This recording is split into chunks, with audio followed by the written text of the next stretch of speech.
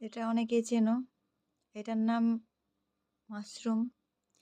কি বড় বড় হয়েছে, বেশ অনেক কটাই পেয়েছিলাম। আর যেটা চাষ করে সেটা কিন্তু এতটা বড় হয় না, ছোট ছোট, মানে যেটা কিনে পাওয়া যায় বাজারে। খেতে কিন্তু দারুণ লাগে।